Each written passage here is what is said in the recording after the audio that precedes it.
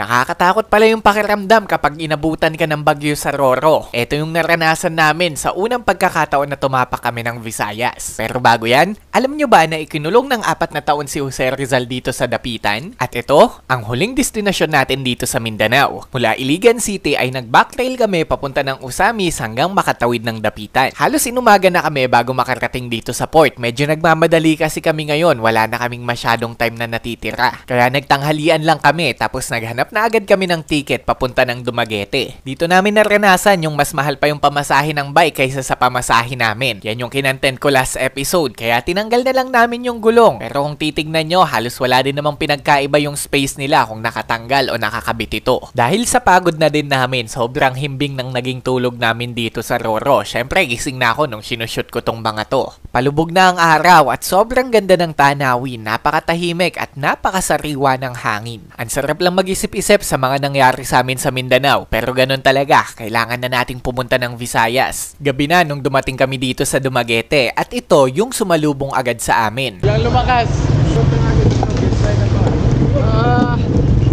5 minuto bago kami bumaba tsaka bumuhos ang malakas na ulan. Para niya ba kaming sinusundan? Minsan nakakainis na at nakakapagod na. 5 minutes ago bago dumaong yung barko, wala namang ulan eh. Sinalubong lang tayo. Ewan ko ba? May sumpa yata kami sa ulan. Hinahabol na lang kami ng ulan. Nung nagbukid nun kami, may ulan. CDO may ulan. Saan kami pumunta? Iligan may ulan. Kung nasaan kami may ulan, tas nawawala yung ulan pag umaalis kami. Mula Tawi-Tawi pa yun eh. Tawi-Tawi nagsimula, di ba? Oo. Ganito kahirap yung aming pinagdadaanan upang maipakita lang sa inyo ang ganda ng Pilipinas tapos hindi mo man lang ma-share yung video ito. Well anyways, Welcome to Dumaguete mga kabatak. Let's go.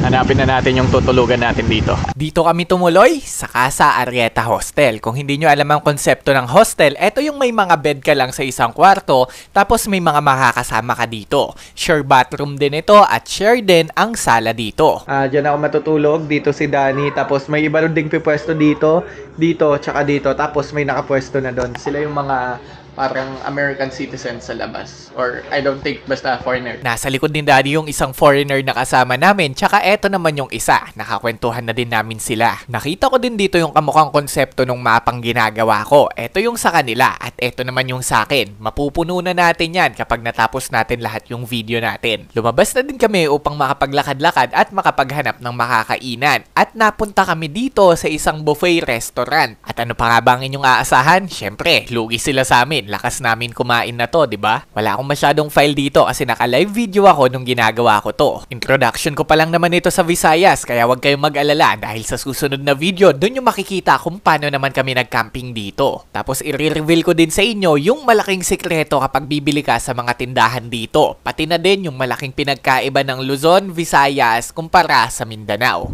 Hanggang dito na lang muna. See you on our next episode. Follow nyo naman yung page, like nyo din yung video ito, comment, tapos i-share nyo na din para naman dumami na tayo dito sa ating Facebook. Salamat sa inyo!